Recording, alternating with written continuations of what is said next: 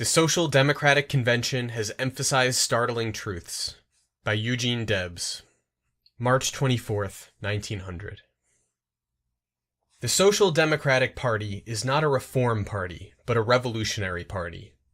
It does not propose to modify the competitive system, but to abolish it. An examination of its platform shows that it stands unequivocally for the collective ownership and control of all the means of wealth production and distribution. In a word, socialism. The modern tendency is towards centralization and cooperation. This has given us the trust, and there has been a great hue and cry about the latest phase of economic development. The Republican and Democratic parties, yielding to the popular outcry, will declare in favor of destroying or restraining the trusts. But just how puerile and dishonest such declarations are, every member of the Social Democratic Party knows too well to be deceived into voting for either of said parties. As a matter of fact, trust is the inevitable outgrowth of the competitive system, and to declare against the private ownership of the trust is to declare against the system itself. That neither the large capitalists, who own the trusts, nor the small capitalists, who are opposed to them because they do not own them, favor the overthrow of the capitalist system of production and distribution, is a foregone conclusion. The Republican Party represents the former class, and the Democratic Party the latter class. Both stand for essentially the same system of exploitation, and the socialist wage worker realizes that it makes precious little difference to him and his class whether they are exploited by a few great capitalists or an innumerable brood of small ones. They propose to put an end to exploitation entirely by abolishing the system and transferring the means of production from private hands to the collectivity and having them operated in the interest of all alike. To carry out this program, the first step necessary is political organization, and this step has been taken by the Social Democratic Party. It is now organized in 25 different states, and is spreading rapidly over the entire country. Its progress has been greatest in the states of Massachusetts, Wisconsin, and Washington.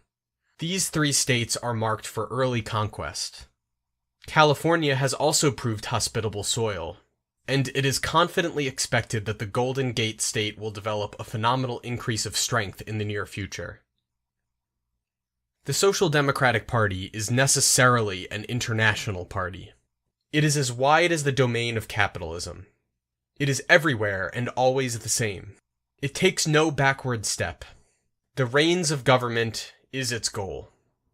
It refuses to be flattered, bribed, stampeded, or otherwise deflected from the straight course mapped out for it by Marx and Engels, its founders, and pursued with unflagging fidelity by their millions of followers. Before its conquering march, every throne in Europe is beginning to tremble. The last one of them will fall to earth while the century is still in swaddling clothes. The socialist hosts of Germany give confident assurance that the day of deliverance for the people will soon dawn. In France, Belgium, England, Austria, Italy, Russia, and other countries, the same principles animating the proletarian class are finding expression in great parties, all linked together in the indissoluble bonds of international socialism. The battle cry of Marx is heard around the world. Working men of all countries, unite. You have a world to gain. You have nothing to lose but your chains. Among the last countries to organize, for reasons so generally understood that they need not be discussed here, is the United States. But the conditions which develop socialism have come upon us so rapidly during the past few years that it now seems certain that the American movement will soon become the most formidable of them all, and that here, where political democracy was first achieved, industrial democracy will gain its first triumph. The Social Democratic Party has no interest in any of the so-called issues over which capitalist politicians fight sham battles. They care nothing about the currency question, the tariff, or imperialism.